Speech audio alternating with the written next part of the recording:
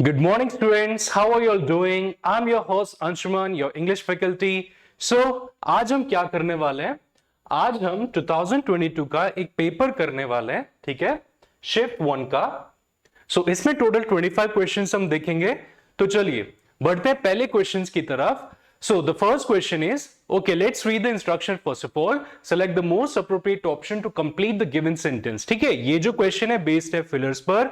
यहां पर आपको सेंटेंस आपको प्रोवाइड किया गया है जिसमें एक ब्लैंक है और आपको यहां पर फिट करना है एक अप्रोप्रिएट ऑप्शन. ठीक है, तो देखिए पढ़ते हैं हम सेंटेंस हमारा. The news of his arrest spread rapidly in every dash of the city. यानी जो खबर थी किसकी, उसके अरेस्ट होने की, वो बिल्कुल रैपिडली यानी बहुत तेजी से, ठीक है, सिटी के हर एक डैश में फैल गई. अब आपको वहां पर एक एक्सप्रेशन फिल करना है कि शहर के कहां वो जो खबर थी वो तेजी से फैली.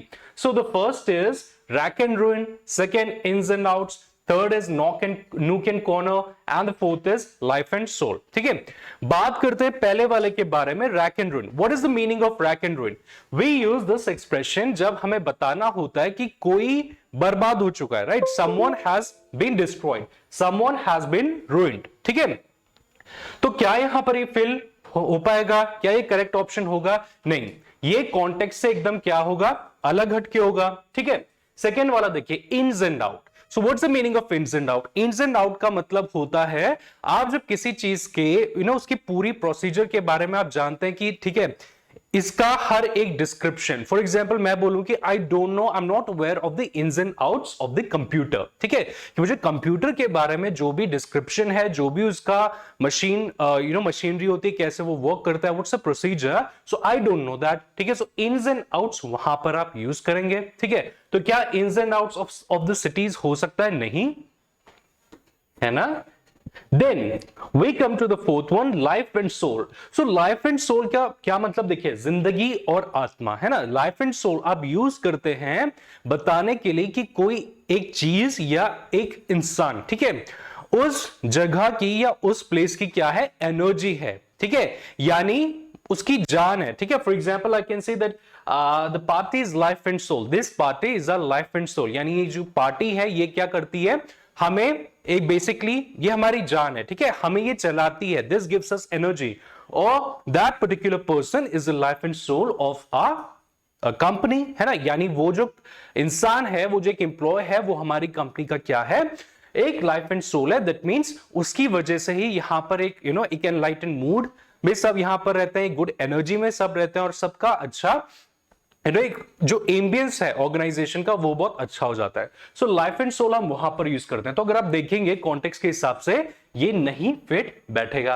अब हमारा क्या बचता है? हमारा बचता है nook and corner. So what's the meaning of nook and corner? We use the meaning this expression called nook and corner, मतलब हर एक कोने में. ठीक है, so we use this expression जब हमें बताना होता है कि कोई चीज कहां पर है, वो हर जगह फैल चुकी है या हर जगह वो हर एक कोने तक पहुंच गई है. ठीक है, so this option would B correct, क्योंकि जब हम बोलते हैं the news of his arrest spread rapidly in every nook and corner of the city, यानी जो उसके अरेस्ट की जो खबर थी वो बहुत तेजी से शहर के हर एक कोने में फैल गई. ठीक है, ओके, बढ़ते हमारे सेकेंड क्वेश्चन की तरफ.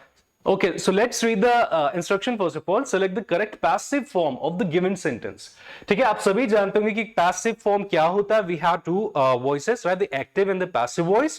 So active voice में आपका जो subject है, that is accentuated, right? That means उसका जो focus है वो रहता है subject के ऊपर, और passive में जो आपका subject रहता है active में वो क्या हो जाता है, ठीक है, it gets reversed. ठीक है, वो inverse हो जाता है. तो पैसिव वॉइस हमें देखना है इसमें से इस सेंटेंस का. सो पढ़ते हैं हम sentence. A stranger buys flowers for the dead man's grave. ठीक है, देखिए स्ट्रेंजर हमारा क्या है, यहां पर सब्जेक्ट है ना, और हमारा यहां पर ऑब्जेक्ट क्या है, फ्लावर्स, राइट? तो subject and object. Now you know in passive voice what happens. Okay, the subject and object they get inverse. So now we have to say कि फ्लावर्स स्टार्टिंग में कहां पर आ रहे हैं. ठीक है, देखिए आ तो सब में रहा है ना, but we need to know the structure of the passive voice. So अगर हम बात करें, this is an active voice. So first of all let's see कि टेंस कौन सा है. देखिए, अ स्ट्रेंजर बाइज फ्लावर्स. ठीक है, buys that means present tense. ठीक है। फिर हम स्ट्रक्चर देखेंगे कि स्टेटस कौन सा, which segment of the tense it belongs to, ठीक है। अ स्ट्रेंजर बाइज फ्लावर्स, क्या यहां पे हैज है, क्या यहां पे कोई हेल्पिंग वर्ब लगा है, नहीं लगा है। क्या यहां पर बीन यूज हुआ है, नहीं। क्या यहां पर आईएनजी फॉर्म में कोई वर्ब है, नहीं, ठीक है। अगर आप देखेंगे तो बस एक इंफिनिटिव फॉर्म है, दैट इज बाय, है ना, एक बेस फॉर्म है और कुछ नहीं है, यानी सब्जेक्ट प्लस वर्ब का third form and plus object. तो ये वाला हमारा कौन सा होता है, सिंपल प्रेजेंट, है ना। अब सिंपल प्रेजेंट आपका ये तो एक्टिव में है, तो एक्टिव में पैसिव में बनाने के लिए इसका जो स्ट्रक्चर होना चाहिए वो क्या होता है, सब्जेक्ट प्लस इजेमआर, है ना, इजेमआर प्लस वर्ब का थर्ड फॉर्म प्लस ऑब्जेक्ट। तो अब देखते हैं हम इसमें से, देखिए फ्लावर सब्जेक्ट तो हमारा हर जगह ठीक है ना, फ्लावर्स यहां पर आ गया। देन इजेमआर देखेंगे, देखिए एक और चीज हम चेक करेंगे, आपका जो ऑब्जेक्ट है वो सिंगुलर है या plural, that means we check the number of the object. हमारा ऑब्जेक्ट यहां पर देखिए प्लूरल है, तो सब्जेक्ट वर्ब कॉनकॉर्ड के हिसाब से, ठीक है, आपका जो क्या आना चाहिए, जो वर्ब आना चाहिए वो भी क्या होगा, प्लूरल होगा, है ना। तो सबसे पहले तो देखिए इज एम आर है, यहां पे वर्ब है पास्ट है, तो ये ऑप्शन आपका नहीं होगा, है ना। देखिए फिर हैव बीन लगाने की जरूरत ही नहीं है, हैव बीन, है ना, क्योंकि स्ट्रक्चर के according just is M R and that's all, ये भी नहीं होगा। फिर देखते हैं फ्लावर्स इज बॉट, ठीक है, ओके, बॉट का थर्ड फॉर्म भी आ चुका है, लेकिन क्या है, इज भी है ना, बट सब्जेक्ट वर्ब कॉनकॉर्ड के हिसाब से आपका हमारा जो सब्जेक्ट है वो क्या है, प्लूरल है, तो जो वर्ब होगा वो भी प्लूरल होना चाहिए, यानी आपका जो फोर्थ ऑप्शन है वो करेक्ट है। इस पर हम चेक करेंगे, देखिए फ्लावर सब्जेक्ट हो गया, इज एम आर में से आर हमने चूज किया क्योंकि फ्लावर्स क्या है, प्लूरल है। देन बॉट, ठीक है, वर्ब का थर्ड फॉर्म आ चुका है, by a stranger for the dead man's grave, ठीक है, so flowers are bought by a stranger for the dead man's grave. So आपका जो करेक्ट ऑप्शन होगा वो होगा फोर्थ वाला, ठीक है। आई होप आप सब इंजॉय कर पा रहे होंगे ये वीडियो और आपको मजा भी आ रहा होगा, ठीक है, बिकॉज इंग्लिश बहुत ज्यादा इंटरेस्टिंग सब्जेक्ट है, ये जो क्वेश्चंस इसमें आते हैं बहुत मजा आता है इनको सॉल्व करने में, ठीक है।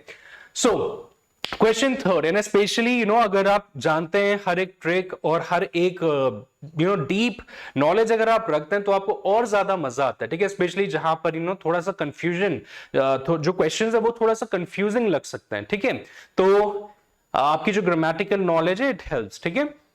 चलिए क्वेश्चन थर्ड देखते हैं, select the correct direct form of the given sentence. अब आपका ये किस पे बेस्ड है, डायरेक्ट एंड इनडायरेक्ट स्पीच पर। आपको यहां पर देखना है डायरेक्ट स्पीच, है ना, डायरेक्ट फॉर्म। तो देखिए जो आपका सेंटेंस है वो दिया गया है इनडायरेक्ट फॉर्म में, ठीक है, ही said that he was sorry for all that, ठीक है, ही said that he was sorry for all that. कौन सा यहां पर है हमारा, which kind of sentence it is assertive, है ना, ठीक है, असर्टिव है, ठीक है, इंटरोगेटिव ये नहीं है, इंपेरेटिव नहीं है, ना ही ये एक्सक्लेमेटरी सेंटेंस है। यहां पर आपका जो रिपोर्टिंग वर्ब है वो है सेड, ठीक है, so he said that he was sorry for all that. अब हम देखेंगे कि ये टेंस कौन सा यहां पर यूज हुआ है। देखिए ही सेड दैट पास्ट है, रिपोर्टिंग वर्ब पास्ट है। अब रिपोर्टिंग वर्ब, हम रिपोर्टिंग स्पीच देखते हैं कि क्या है, ही said that he was sorry for all that, he was sorry, simple past, ठीक है। तो वापस जाने के लिए, है ना, ठीक है, this is an indirect form और आपको बनाना है डायरेक्ट फॉर्म। तो वापस जाने के लिए, क्योंकि हमें पता है सिंपल प्रेजेंट कन्वर्ट किस में होता है, सिंपल पास्ट में, ठीक है। तो अब बस आप क्या करिए, रिवर्स जाइए, है ना, अगर आपको इनडायरेक्ट से आपको क्या करना है, डायरेक्ट में आपको करना है, तो हम देखेंगे ऑप्शंस पे, ठीक है। तो सिंपल प्रेजेंट, तो ही वाज सॉरी का क्या बन जाएगा, एम सॉरी, है ना, और ही आपका जो ही है यहां पर देखिए ही सेड, तो आपका जो थर्ड पर्सन है वो कन्वर्ट हो जाएगा फर्स्ट पर्सन में, यानी ही की जगह आएगा आई, ठीक है। तो देखिए आई तो आपका हर एक उसमें है ना। अब हम देखेंगे कि एम कहां पर है, एम देखिए एम भी तीनों में है, तो इसको हम काट देंगे, वॉज वाला जो है आपका, है ना। फिर एक्सप्रेशंस अगर आपको याद रहेगा कि आपके जो जो एक्सप्रेशंस हैं टाइम के या जो आपके डेमोन्स्ट्रेटिव प्रोनाउंस है वो किस तरीके से चेंज होते हैं, तो दैट आपका कन्वर्ट होता है दिस में, ठीक है। तो जब आप वापस डायरेक्ट में कन्वर्ट करेंगे तो तो दैट जो होगा वो दिस में कन्वर्ट होगा, क्योंकि दिस कन्वर्ट होता है किस में, दैट में, है ना। तो देखेंगे, देखिए यहां पर यूज हुआ है देन, तो जो ऑप्शन है वो गलत है, ठीक है। देन दैट ये सेम है, कोई यहां पर क्या है कन्वर्जन नहीं किया गया। अब देखिए हमारे पास दो है, दिस और दिस, लेकिन ये तो पहले ही गलत हो चुका है ना, क्योंकि यहां पे वॉज है। तो यहां पर देखिए यहां पे प्रोनाउन भी आई है, वर्ब भी यहां पर एम हो चुका है, और जो दैट है वो कन्वर्ट हो चुका है दिस में। सो आपका जो करेक्ट ऑप्शन है वो आपका है fourth. Okay, I am sorry for all this, ठीक है, आपने कन्वर्ट किया ही सेड। और आपको पता है कि आप क्या करते हैं जब डायरेक्ट से इनडायरेक्ट में आप करते हैं, है ना, तो आप जो कॉमा है और इन्वर्टेड कॉमास जो होता है यहां पर, है ना, उसको आप कन्वर्ट कर देते हैं किस में, दैट में, ठीक है। कॉमा और इन्वर्टेड कॉमास रिप्लेस हो जाते हैं किससे, दैट में, और फिर आपका कन्वर्जन शुरू होता है, ठीक है। Okay, question 4 देखेंगे now. Select the most appropriate synonym of the underlined word in the given sentence. Synonym आपको देखना है किसका, eager का। I could not sleep because I was too eager, so I got up early and dressed. Eager का क्या मतलब होता है? Eager का मतलब होता है बहुत excited, बहुत ज्यादा curious, है ना, किसी को जानने की इच्छा रखना, किसी चीज को जानने की इच्छा रखना, बहुत ज्यादा overwhelmed होना, ठीक है, curiosity से। तो eager क्या कह रहा है कि मैं सो नहीं पाया, क्यों, क्योंकि मैं बहुत ज्यादा ईगर था, बहुत ज्यादा क्यूरियस था, ठीक है, बहुत ज्यादा मैं एक्साइटेड था किस चीज के लिए, है ना, सो वो जो भी चीज होगी, है ना। सो आई गॉट अप, इसलिए, लेकिन हुआ क्या, मैं जल्दी उठ गया और मैं तैयार हो गया। अब आपको देखना है सिनोनिम ईगर का।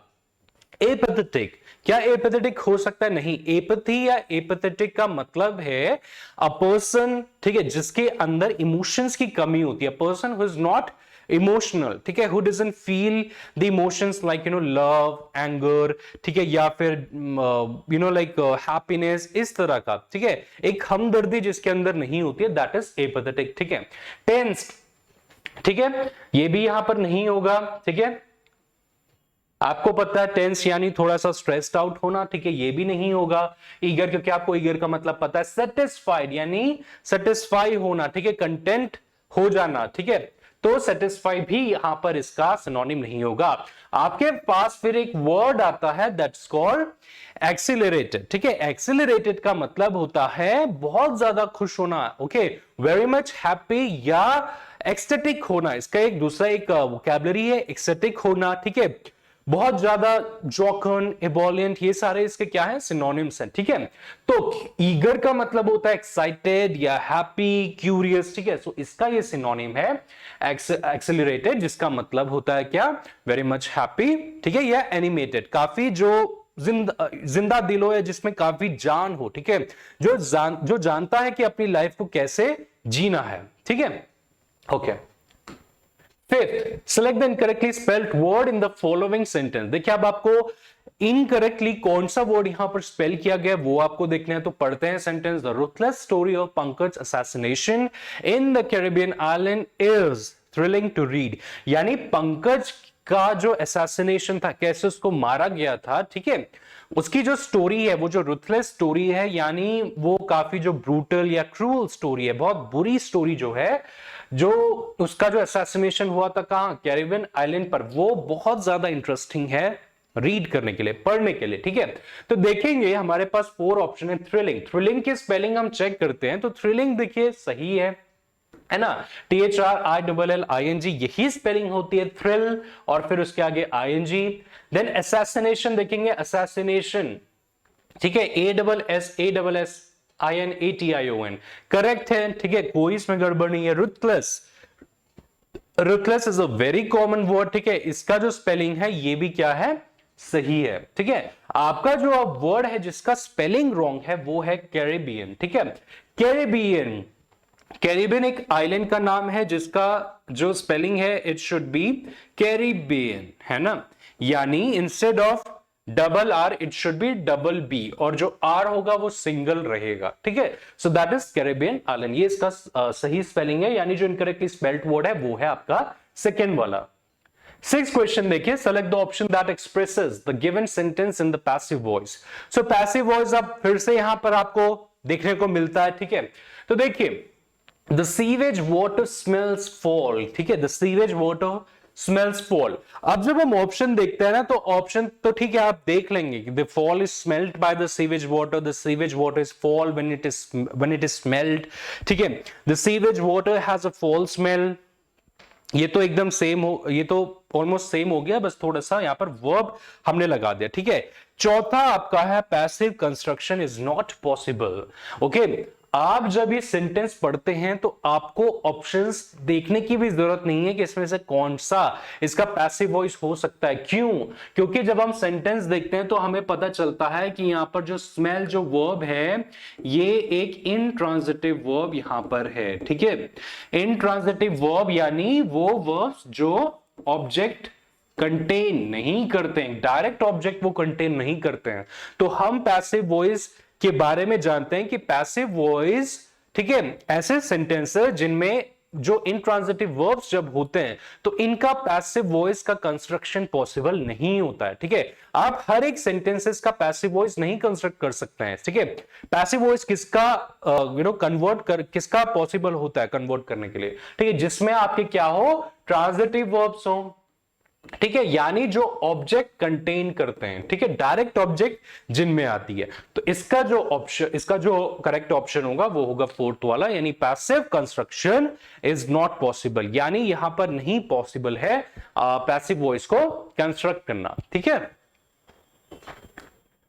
अब देखिए सेवेंथ वाला, select the most appropriate option to fill in the blank. The activist is working really hard and was determined to dash for this cause, ठीक है। यहां पर अगेन आपको क्या करना है, ईडियम फिल यहां पर आपको करना है। देखिए जो एक्टिविस्ट था वो बहुत ज्यादा मेहनत कर रहा है, ठीक है, एंड वो बहुत ज्यादा डिटरमाइंड था, यानी वो अडिक्ट था, अडैमेंट था, ठीक है, ऑब्ड्यूरेट था, ठीक है, स्टबर्न, ये सारे वोकैबुलरीज हैं। वोकैबुलरीज भी आप, सिनोनिम्स ये सब भी आप सीख लीजिए साथ साथ में, ठीक है। तो वो बहुत ज्यादा डिटरमाइंड था किस चीज के लिए, फॉर दिस कॉज, ठीक है। So he was determined to, किस चीज के लिए वो बहुत डिटरमाइंड था, have feet of clay, blow his own trumpet, move heaven and earth, keep the world from the door. जब आप सेंटेंस पढ़ते हैं तो सेंटेंस आपको ऑलरेडी कॉन्टेक्स्ट दे देता है, एक हिंट दे देता है कि जो एक्टिविस्ट है वो बहुत ज्यादा हार्डवर्क कर रहे थे और वो बहुत ज्यादा डिटरमाइंड थे, यानी कुछ पॉजिटिव सेंस में ही है ना, उस कॉज के लिए, उस पर्टिकुलर चीज के लिए वो कुछ कर रहे थे जो कुछ पॉजिटिव है। तो जब आप इडियम्स देखते हैं तो इडियम्स देखिए, have feet of clay. Have feet of clay का क्या मतलब होता है? हैव फीट ऑफ क्ले का मतलब होता है जब आपके अंदर कुछ त्रुटियां हैं, यानी कुछ आपके अंदर फेलियर्स हैं लेकिन वो दिखते नहीं है इजिली, ठीक है। So that is have feet of clay. तो क्या यहां पर ये फिलअप हो पाएगा? नहीं, ठीक है, कोई कॉन्टेक्स्ट यहां पर नहीं बैठता है। Blow his own trumpet, blow his own trumpet का मतलब होता है यानी खुद का ट्रम्पेट बजाना, यानी खुद की ही वाहवाही लूटना, है ना, खुद को ही बूस्ट करना, ठीक है, अपने बारे में ही बढ़ चढ़ के बताना, तो ये भी यहां पर नहीं फिट होता है। Then keep the wolf from the door, यानी भेड़िए को दरवाजे से दूर रखना, ठीक है। सो इसका मीनिंग क्या होता है, यानी जो इतना पैसा इकट्ठा कर लेना कि आप जो भुखमरी है, ठीक है, जो पावर्टी है उसको आप दूर कर पाए, यानी भुखमरी को आप दूर कर पाए, क्योंकि भेड़िया आपका सारा खाना खा जाता है, ठीक है। तो आप क्या करते हैं, भेड़ी को दूर रखते हैं। तो इस तरीके से ये जो इडियम्स है ये बने हैं यहां पर, ठीक है। तो ये भी यहां पर, क्योंकि यहां पर कहीं ऐसी पावर्टी स्टार्वेशन की बात नहीं हो रही है, ठीक है, तो ये भी गलत होगा। आपका जो तीसरा इडियम यहां पर है, मूव हेवन एंड अर्थ।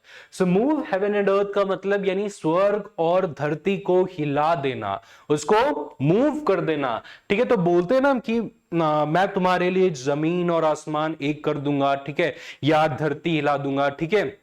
अगर आपने लाइक मैंने प्रीवियस वीडियोस में भी आपको बोला है कि लाइक तारक मेहता का उल्टा चश्मा मैं देखता हूं, ठीक है, तो उसमें जो कैरेक्टर है पोपटलाल वो भी बहुत बार एक लाइन बोलता है ना, दुनिया हिला दूंगा, ठीक है। तो उसका मतलब क्या रहता है? उसका मतलब यही रहता है कि वो कुछ ऐसा कर देगा जिससे क्या होगा, जिससे उसके आसपास वो इन्फ्लुएंस वो उस चीज को कर पाएगा, यानी जो उसका इन्फ्लुएंस होगा वो उतना स्ट्रांग होगा कि बाकी जो उसके आसपास का जो एनवायरनमेंट है या जो लोग हैं वो उनको अफेक्ट कर पाएगा, है ना। सो मूव हेवन एंड अर्थ यानी, ठीक है, बहुत मेहनत करना, ठीक है, बहुत काम करना एक पर्टिकुलर चीज के लिए, दिन रात एक करना। तो ये सारे एक्सप्रेशंस हम यूज करते हैं इसी से रिलेटेड, ठीक है। So that is move heaven and earth, ठीक है, which means to work very hard और टू बी डिलिजेंट, ठीक है। तो ये यहां पर करेक्ट ऑप्शन रहेगा। क्वेश्चन 8 देखता है, select the incorrectly spelled word in the following sentence. Being a conscientious and single-minded person, Tubei has become inquisitive and perseverant and exploring young talents. ठीक है, ओके, हमें यहां पर देखते हैं incorrectly spelled word कौन सा है, ठीक है।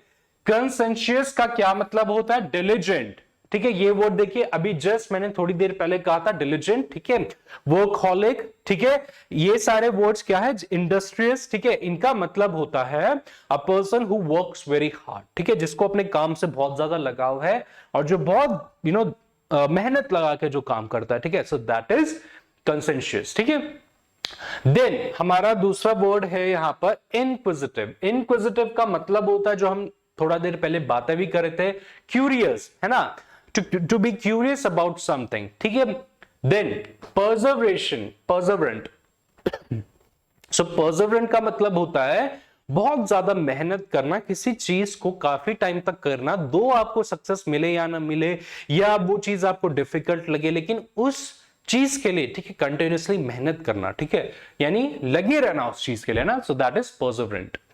फिर देन एक्सप्लोरिंग, आपको पता है किसी चीज को एक्सप्लोर करना, किसी चीज को जानना, उसको और उसके बारे में इंफॉर्मेशन निकलवाना, ठीक है। तो एक्सप्लोरिंग का अगर स्पेलिंग देखें ये भी ठीक है, परसेवरेंस, और उससे बना है परसेवरेंट, ये भी ठीक है। इंक्विजिशन से बना है इंक्विजिटिव, ठीक है, तो ये भी ठीक है। अब हम बात करते हैं कंसेंशियस के बारे में। सो कंसेंशियस का क्या होता है? यहां पर एक लेटर मिस कर रहा है जो है आई, ठीक है। So the spelling of कंसेंशियस is, ठीक है, दिस, यहां पर आई मिसिंग था, so this option is correct, यानी आपका इनकरेक्टली स्पेल्ड वर्ड है कंसेंशियस, ठीक है। 9th क्वेश्चन देखिए, select the option that can be used as a one word substitute for the given group of words. तो वन वर्ड सब्स्टिट्यूशन आपको देखना है यहां पर, अ बैटल और एनीथिंग इन्वॉल्विंग और कॉजिंग मच ब्लड शेड, ठीक है। एक बैटल जो बहुत ज्यादा खून खराबा कर देता है, ठीक है, जिसमें बहुत ज्यादा ब्लड शेड होता है। तो देखिए ऑटोक्रेसी, ऑटोक्रेसी का क्या मतलब होता है? हमने कुछ वीडियोस में हमने पहले भी देखा है ऑटोक्रेसी। ऑटोक्रेसी का मतलब होता है, ठीक है, जब आप इंडिपेंडेंट रहते हैं या आप जो रूल्स और रेगुलेशंस है उससे आप ज्यादा अफेक्टेड नहीं होता है, ठीक है। सो दैट इज ऑटोक्रेसी, ठीक है। इनएफेबल मतलब इनएक्सप्लिकेबल, ठीक है, या इनडिस्क्राइबेबल, ठीक है, something that can not be explain और something that can not be expressed in completely या इन एग्जैक्ट मैनर। कुछ ऐसी चीज जो बहुत ज्यादा कि वो शब्दों में नहीं बयां हो सकती है, ठीक है। So that is ineffable. Then red tapism. So red tapism एक एक्सप्रेशन होता है जो हम यूज करते हैं किसके लिए? जब एक ऐसे नॉर्म्स, एक ऐसे रेगुलेशंस को कंफर्म करने की बात आती है, यानी कंफर्म मतलब फॉलो करने की बात आती है, ठीक है। जब जो रूल्स और रेगुलेशंस कैसे हैं, वो बहुत ज्यादा स्ट्रिक्ट है, बहुत ज्यादा थोड़ा सा पुराने ख्यालातों के हैं, या इतने ज्यादा स्ट्रिक्ट हैं कि वो नहीं पॉसिबल है उनको फॉलो करने के लिए, ठीक है। So that is red tapism, वहां पर हम इस शब्द का इस्तेमाल करते हैं। आपका जो फिर वर्ड है सैंग्विनरी, सो सैंग्विन, ठीक है, ये जो आपका वर्ड है सैंग्विन, ठीक है, ये जहां पर भी आपको दिखता है, ठीक है, तो that is related to blood, ठीक है, सैंग्विन, और ये पर्सनालिटी टाइप भी है, ठीक है, सैंग्विन। सो सैंग्विनरी एक ऐसा बैटल होता है जहां पर काफी ज्यादा ब्लड शेड होता है, ठीक है। सो आपका जो करेक्ट ऑप्शन होगा वो होगा सैंग्विनरी। 10 देखिए, rearrange the parts of the sentence in correct orders in addition to, ठीक है। अब क्या 4 सेंटेंसेस आपके यहां पर है, ठीक है, आपको देखना है कि कौन सा इसमें से एक करेक्ट पैटर्न में क्या एक करेक्ट सीक्वेंस इन सेंटेंसेस का है, ठीक है। तो देखिए, in addition to word primary threat to Kemp's ridley sea turtle capture in fishing gear like shrimp, threaten nesting habitat, accidental trolls and gill nest continues to be the। देखिए क्या ये खत्म हो सकता है? नहीं हो सकता है ना। ये जो सेंटेंस है ये कंक्लूडिंग पार्ट नहीं हो सकता इस एक पैराग्राफ का, ये एक पूरी लाइन का। क्यों? क्योंकि देखिए यहां पर द में खत्म हो चुका है, लेकिन द क्या गया? हमेशा कुछ आएगा। It is a definitive, it's a definite article, है ना। एक्सीडेंटल एक एडजेक्टिव यहां पर यूज हुआ, ये भी एंड में नहीं आएगा। सो देन आपका सी टर्टल ये एंड में आपका आ सकता है, ठीक है, लाइक श्रिम्प, और ये भी आपका एंड में आ सकता है, ठीक है। तो अब हम देखते हैं इन दोनों में से ही क्या होगा जो फर्स्ट, ठीक है, इन तीनों में से, ठीक है, क्योंकि ये वाले तो ये जो आपके दो हैं, है ना, ये तो नहीं आ सकते एंड में, नहीं ये कंक्लूड कर सकते हैं, ठीक है। तो अब हम बनाना शुरू करते हैं। देखिए इन एडिशन टू, ठीक है, यानी किसके अलावा। हम अगर इसका करेक्ट देखें तो करेक्ट सीक्वेंस इसका RQSP होगा, ठीक है। देखिए कैसे, in addition to threaten nesting habitat accidental, ठीक है, यानी थ्रेटेन नेस्टिंग हैबिटाट के अलावा, यानी जो थ्रेट है, जो थ्रेट्स मिल रहे हैं या जो डेंजर्स जो नेस्टिंग हैबिटाट को मिल रहे हैं, ठीक है, तो उसके अलावा जो एक्सीडेंटल कैप्चर इन फिशिंग गियर लाइक श्रिम्प, है ना, जो हम एक्सीडेंटली जो हम कैप्चर कर लेते हैं किसको, जो फिशिंग गियर है जैसे श्रिम्प, ठीक है। तो फिर आपका उसके बाद S, trawls and gills net continues to be the primary threat to the Kemp's ridley sea turtle, ठीक है। तो यानी ये सब जो चीजें हैं, ठीक है, ये सब जो नेट्स हैं, ये सब किसको हार्म पहुंचाते हैं, ठीक है, जो सी टर्टल्स हैं उनको। तो आपका जो करेक्ट ऑप्शन, जो एक करेक्ट सीक्वेंस बैठेगा वो बैठेगा RQSP में, ओके। 11 देखिए, सिनोनिम अगेन आपको यहां पर फाइंड आउट करना है। The heavy and abundant rainfall has a major role to play in the production of crops. Abundant, ठीक है, अबंडेंस से बना है abundant. So the heavy and abundant rainfall, abundant का मतलब होता है प्लिथोरा, ठीक है, काफी हैवी क्वांटिटी में, ठीक है, प्लिथोरा भी इसका एक सिनोनिम हो सकता है, ठीक है। सो अबंडेंट, साइक्लोनिक, साइक्लोन जो होता है, ठीक है, उससे बना है साइक्लोनिक, ठीक है। इंटरमिटेंट यानी जो क्या है, इररेगुलर, जो पीरियड्स में, यानी कुछ चीजें जो इररेगुलरली होती हैं, प्रॉपर शेड्यूल जिसका नहीं होता है। प्रोलॉन्ग्ड यानी काफी लंबे समय तक, ठीक है। प्रोट्रैक्ट भी इसका एक सिनोनिम हो सकता है। सो एम्पल का मतलब होता है कुछ चीज जो बहुत ज्यादा अमाउंट में है, ठीक है। तो ये इसका सिनोनिम होगा किसका, अबंडेंट का। Question 12 देखेंगे, select the most appropriate option that can substitute the underlined segment in the given sentence. So computers and mobile phones have become a necessary and important part of our lives. जो computers और जो mobile phones है वो हमारे जिंदगी का एक necessary, ठीक है, और एक important भाग बन चुका है हमारी जिंदगी का। तो important का आपको एक क्या करना है, यहां पर substitution आपको देखना है। So a requisite, क्या रिक्विजिट होगा, नहीं, क्योंकि रिक्विजिट का मतलब होता है कुछ ऐसी चीजें जो रिक्वायर्ड होती हैं किसी चीज के लिए, है ना। लेकिन बात यहां पर हो रही है इंपॉर्टेंट होने के लिए, यानी कुछ चीज जो क्या है, महत्वपूर्ण है, ना कि रिक्वायर्ड है। सो रिक्विजिट उस चीज के लिए यूज होता है। Required again almost same thing है ना। सो रिक्वायर्ड नहीं, अननीडेड, अननीडेड किसको डिफाइन करता है, नेसेसरी को, यानी जो चीज नेसेसरी है वो नीडेड है, क्योंकि वो चीज, उस चीज के पीछे हमारी नीड है। तो आपका जो करेक्ट ऑप्शन होगा वो होगा एसेंशियल। एंड एसेंशियल का मतलब होता है बहुत ज्यादा इंपॉर्टेंट, क्रूशियल, ठीक है। सो एसेंशियल। 13 देखिए, सिनोनिम अगेन यहां पर आपको फाइंड आउट करना है किसका, कंसील का, जो अंडरलाइन पार्ट आपके लिए है। See truth can never be concealed from anyone, ठीक है, विच मींस कि जो सच है वो किसी से छुपाया नहीं जा सकता। कंसील का मतलब होता है छुपाना, ठीक है, या सीक्रेट रखना, ठीक है। सील यहां पर है ना, ठीक है। सो कंसील किसी चीज को छुपाना, किसी चीज को सीक्रेट रखना, किसी चीज को डिस्क्लोज ना होने देना, ठीक है, या किसी चीज को लोगों की नजर से बचाना। तो इसका सिनोनिम हमें देखना, ठीक है। सो सेपरेटेड यानी अलग होना, बोरोड यानी किसी से लिया हुआ नहीं, है ना, दोनों नहीं हो सकते। स्नैच्ड किसी से छीना हुआ, ये भी नहीं। आपका फिर थर्ड जो ऑप्शन है वो है डिस्गाइज। डिस्गाइज यानी एक एक डिफरेंट फॉर्म अडेप्ट करना, यानी भेष बदलना, ठीक है। फॉर एग्जाम्पल मैं अगर डॉक्टर के अगर मैं कपड़े यहां पर पहन के आ जाऊं, तो मैं डॉक्टर की अगर एक्टिंग में करता हूं तो मैं बोल सकता हूं कि I am disguised as a doctor, यानी मैं डॉक्टर के भेष में आया हूं। So that is what disguise means. आप डिस्गाइज कब होते हैं? जब आप अपनी आइडेंटिटी डिस्क्लोज नहीं करना चाहते, ठीक है। और कंसील में हमने यही देखा कि कंसील का मतलब होता है जब आप एक फैक्ट या एक चीज को डिस्क्लोज नहीं करना चाहते। तो ये दोनों यहां पर सिनोनिम्स है, दोनों जो मीनिंग में सिमिलर है, ठीक है। अब देखिए यहां पर अगेन आपको सब्स्टिट्यूट करना है अंडरलाइन पार्ट का। देखिए he will talk about nothing but films, यानी वो कुछ और के बारे में बात ही नहीं करेगा सिवाय किसके? फिल्म्स के बारे में। तो अब हम यहां पे सब्स्टिट्यूशन का देखेंगे। देखिए was talking at past continuous का यहां पर करेंगे is talking in present continuous, shall talking of, ठीक है, future continuous, and then talks about, which is simple present. So आपको एक चीज पता होनी चाहिए कि जब हम सिंपल प्रेजेंट के बारे में बात करते हैं तो सिंपल प्रेजेंट का कहां कहां एप्लीकेशन होता है। सो सिंपल प्रेजेंट आप जो आपके जो यूनिवर्सल ट्रुथ्स हैं, फैक्ट्स हैं, ठीक है, हैबिट्स है, जो जनरल रूटीन है या जो जनरल फैक्ट्स होते हैं उनके लिए यूज होता है। तो यहां पर बात यही हो रही है कि वो फिल्म के अलावा किसी चीज के बारे में बात नहीं करता, यानी उसके एक फैक्ट के बारे में बात हो रही है, उसके क्वालिटी के बारे में बात हो रही है। तो यहां पर आप यूज करेंगे सिंपल प्रेजेंट का, ठीक है, कि he talks about nothing but films, कि वो और किसी चीजों के बारे में नहीं बात करता है सिवाय फिल्म्स के बारे में।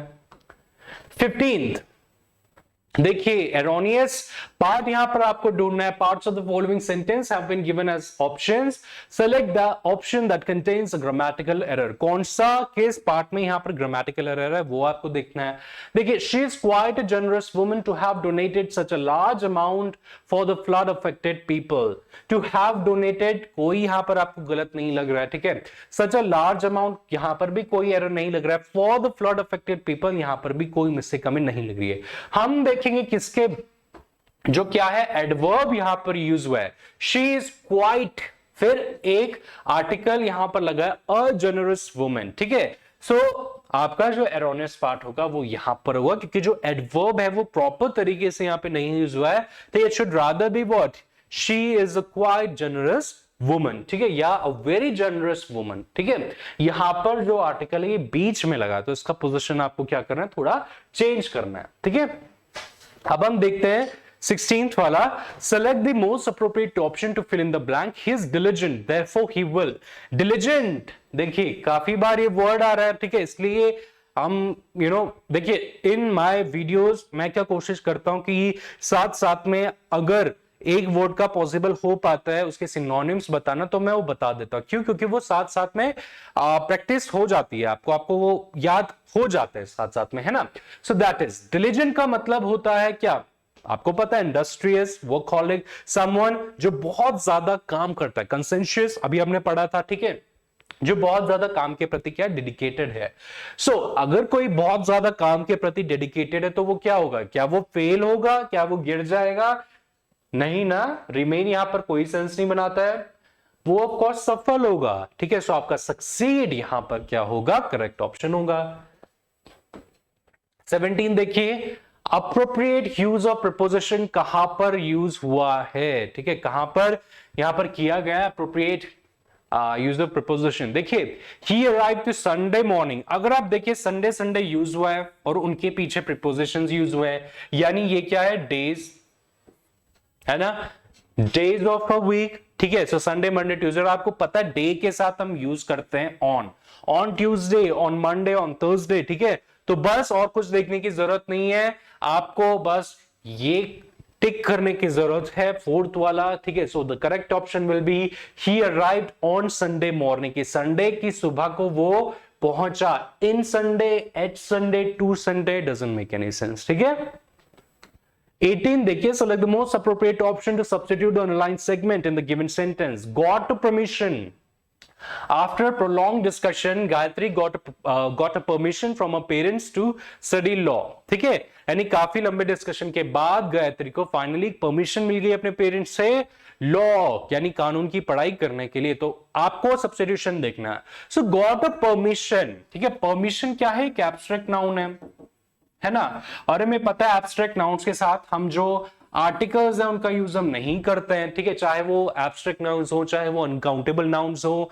तो यहां पे ना ही हम एक स्पेसिफिक जो परमिशन है उसके बारे में बात करें। तो यहां पर आपको ना तो डेफिनेट प्रोनाउन डेफिनेट आर्टिकल लगाने की जरूरत है, ना आपको प्रॉपर शब्द यूज करने की जरूरत है, और ना यहां पर आपको प्रोनाउन यूज करने की जरूरत है। तो आप यहां पर कुछ नहीं फिल करेंगे। So it has to simply be got permission. Okay, 19 तब देखिए यहां पर अगेन, ठीक है, ईडीएम का मीनिंग आपको यहां पर फाइंड आउट करना है। I begged him to reconsider my application but he put his foot down, ठीक है, कि मैंने उससे क्या की, उससे विनती की, ठीक है, कि वो मेरी जो एप्लीकेशन है उसको रिकंसिडर करे, ठीक है, लेकिन उसने ही पुट हिज फुट डाउन, अपना जो पैर है उसको नीचे रख देना। क्या मतलब है इसका? ठीक है, स्टेम्प्ड हिज फुट डाउन, स्टेम्प का क्या मतलब होता है कि एक गुस्से से या एक बहुत ज्यादा फोर्स के साथ अपने पैर को नीचे पटक देना जमीन पर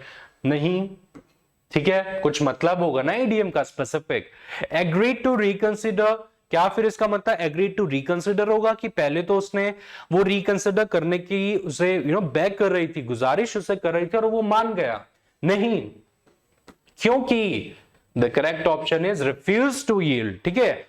पुट वंस फुट डाउन का मतलब होता है कि डिसएग्री करना, ठीक है, या बात नहीं मानना, या जो चीज करने की कोशिश की जा रही थी वो फेल हो जाना, ठीक है, यानी वो चीज सक्सेसफुल ना हो पाना। सो रिफ्यूज टू यील्ड का मतलब, ठीक है, कि मना कर देना, या जो आपने रिक्वेस्ट दी थी उसको मैं नहीं एक्सेप्ट कर रहा हूं, ठीक है। डिड नॉट रन, यहां पर कुछ मीनिंग इसका नहीं हुआ, ठीक है। So the correct option would be the third, refuse to yield. 20th देखेंगे, select the most appropriate antonym of the given word। antonym यानी opposite word आपको देखना है, which is care, ठीक है। so concern, disregard, worry, attention। care यानी क्या? ठीक है, आपकी जो चिंता करता है, ठीक है, आपके बारे में जो सोचता है, जो ख्याल रखता है, ठीक है, that is care। so antonym ढूंढना है। कंसर्न इसका ऑपोजिट है, ठीक है। वरी, सॉरी, कंसर्न क्या है? इसका सिनोनिम है। वरी भी इसका सिनोनिम है, और अटेंशन भी काइंड ऑफ सिनोनिम हो सकता है, ठीक है, क्योंकि जब आप किसी की केयर करते हैं तो आप अटेंशन देता है। आपका जो एंटोनिम होगा वो होगा डिसरिगार्ड, यानी किसी को वैल्यू नहीं देना, किसी को रिगार्ड नहीं करना, ठीक है।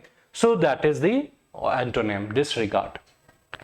अब हम हमारे क्लोज टेस्ट पर यहां पर आते हैं। तो देखिए इस पैराग्राफ में क्या है, कुछ वर्ड्स रिलेटेड रहेंगे और आपको फाइंड आउट करना है हर एक ब्लैंक में कौन सा वर्ड यहां पर फिट हो सकता है, ठीक है। तो देखिए, child marriage is a kind of right exploitation, ठीक है, कि जो बाल विवाह है वो कैसा है, आपका जो हक है उसको एक्सप्लॉइट करता है, ठीक है। As to dash in practically all areas, the kid must be at least 18 years old, ठीक है, क्योंकि काफी सारी जगह पर, ठीक है, काफी सारी जगह पर जो क्या है, किड है, उसे 18 ईयर का होना चाहिए, ठीक है। तो हम यहां पर देखते हैं कि क्या यहां पर होगा। Child marriage is a kind of right exploitation age to dash in practically all areas, ठीक है, the kid must be at least 18 years old, ठीक है। तो यहां पे हमें देखना है कि क्या यहां पर हम फिट कर सकते हैं, ठीक है, कि एज टू यानी हर, प्रैक्टिकली ऑल एरियाज, यानी प्रैक्टिकली अगर देखा जाए तो बहुत सारी जगहों पर क्या जो बच्चा है उसकी उम्र 18 इयर्स होनी चाहिए। तो बाइंड यानी बांधना कुछ नहीं, है ना। मैच्योर, ठीक है, बिल्कुल नहीं। यहां पर हमें क्या एक वर्ब फिट करना है ना। सो मैरी इन प्रैक्टिकली ऑल एरियाज और vote in practically all areas, ठीक है। तो हम जो करेक्ट करेंगे वो होगा वोट, है ना, विच मीन्स वर्ड की बहुत सारी जगहों पर, ठीक है, बहुत सारे एरियाज में जब बात आती है वोट करने की या कोई भी चॉइस करने की, ठीक है, तो जनरली वो एज क्या होती है, वो एज 18 ही होती है ना। अगर आपको कार चलानी है तो you should be 18 years of age. अगर आपको क्या करना है, आपको शादी भी अगर करनी है, अब जो लॉज आता है उसमें भी आपको 18 ईयर्स का होना चाहिए मिनिमम गर्ल्स के लिए, ठीक है। आपको अगर वोट डालने जाना है तो आपको 18 ईयर्स का रहना चाहिए। अल्कोहल अगर आपको पब्लिक एरियाज में पीनी है, ठीक है, रेस्टोरेंट्स में अगर आपको पीनी है तो you should be at least 18 years of age. तो काफी सारे एरियाज में जो मिनिमम जो एज रखी गई है वो 18 है। तो उसी तरीके से पैराग्राफ क्या कहना चाह रहा है कि चाइल्ड मैरिज की भी जो एज है it should be at least 18 years, ठीक है। So this will be, now we move to next. So as a result, marrying of a kid before they reach the age of dash is an exploitation of their right. यानी अगर हम एक बच्चे की शादी पहले ही करा देते हैं, उसके बचपन में ही पहले करा देते हैं, ठीक है, जब वो अपनी कौन सी एज में नहीं पहुंचा तो वो उसके हक का एक्सप्लॉयटेशन हो जाता है। तो कौन सी उसकी एज है, ठीक है, the age of what, restrain यानी रोकना नहीं, एज ऑफ अडल्ट हो सकता है लेकिन यहां पर एज ऑफ अडल्टहुड होना चाहिए। अडल्ट तो क्या होगा, एक नाउन हो गया, है ना। अडल्टहुड एक पीरियड का नाम हो जाएगा, तो यहां पर ये नहीं आएगा। ग्रोथ, ठीक है, age of growth, no, doesn't make any sense, है ना। एज ऑफ कंसेंट यहां पर होगा, ठीक है। एज ऑफ कंसेंट मतलब यानी वो एज जब आप अपनी मर्जी बता सके कि हाँ ओके कि मेरी मर्जी है, ठीक है, अपनी सहमति आप जता सके, ठीक है, तो वो यहां पर हम उस एज के बारे में बात करें, ठीक है। So age of consent. Now the long standing dash of child marriage is one of the most prevalent reasons of the child marriage.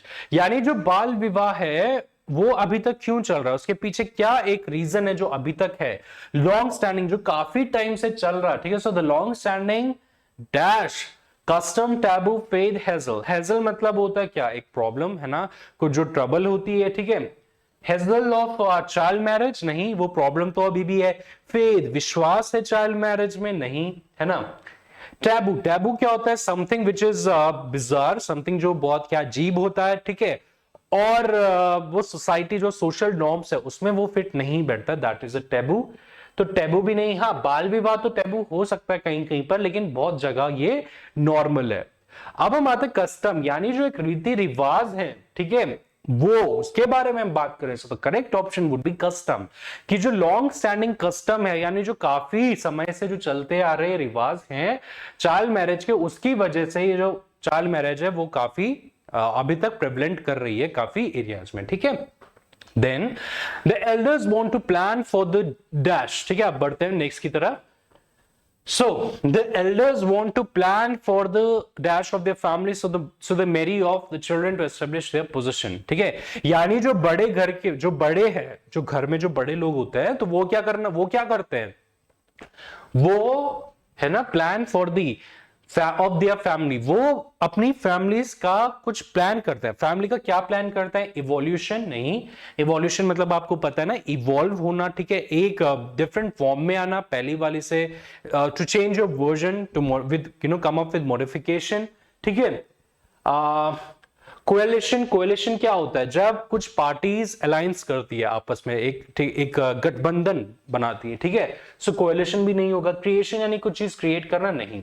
यहां पर आपका जो करेक्ट वर्ड होगा वो होगा एक्सटेंशन, यानी फैमिली को एक्सटेंड करना, ठीक है। सो फैमिली को वो एक्सटेंड करते हैं उस प्लान को, ठीक है, फैमिली एक्सटेंशन का वो प्लान करते हैं, तो उसकी वजह से वो अपने बच्चों की शादी करा देते हैं ताकि वो उनकी पोजीशन को क्या कर दे, एस्टेब्लिश कर दे, ठीक है। ओके, लास्ट क्वेश्चन की तरफ बढ़ते हैं। Most crucially poor individuals marry children to get rid of their debts, taxes, dowry and other. तो जो गरीब लोग हैं, ठीक है, वो ज्यादातर क्या करते हैं, जो गरीब लोग हैं वो अपने बच्चों के शादी जल्दी करा देते हैं ताकि जितनी भी उनका कर्जा है, टैक्स है, ठीक है, जो दहेज है, उन सब से उनको मुक्ति मिल जाए ना, उन सब से उनका पीछा छूट जाए या उनको रिलीफ मिल जाए, ठीक है। डाउरी एंड अदर, और बाकी क्या, तो ये भी जो मेंशन यहां पर चीजें हैं वो क्या है, क्या वो इवल्स है, नहीं, यानी गलत चीजें। एक्टिविटीज नहीं, एक नॉर्मल सा वर्ड है एक्टिविटीज, है ना। मिटिगेशंस, मिटिगेशंस मतलब होता है किसी चीज को कम कर देना, है ना, उसका जो अफेक्ट है वो कम कर देना, तो ये भी नहीं होगा। आपका जो करेक्ट वर्ड होगा वो होगा ऑब्लिगेशंस। सो ऑब्लिगेशंस का मतलब होता है you are bound to something, आप मजबूर हैं किसी चीज के लिए या कुछ चीज आपको करनी ही करनी होती है। तो देखिए हमें डेट्स हमें करने ही पे तो करने ही होते हैं अगर हमने कर्जा किसी से लिया है, टैक्स हर किसी को देना होता है, दहेज भी आज काफी चलता है, ठीक है। सो ये जो सारी चीजें काफी ये लोगों की मजबूरियां हैं, यानी उनके ऑब्लिगेशंस है। सो बाकी दैट मींस बाकी अदर ऑब्लिगेशंस, बाकी जो मजबूरियां हैं, ठीक है, उनसे रिलीफ पाने के लिए जो पुअर्स हैं वो क्या करते हैं, बाल विवाह कर देते हैं, ठीक है, चाइल्ड मैरिज में वो इंडल्ज होते हैं, ठीक है। So your correct option would B obligations.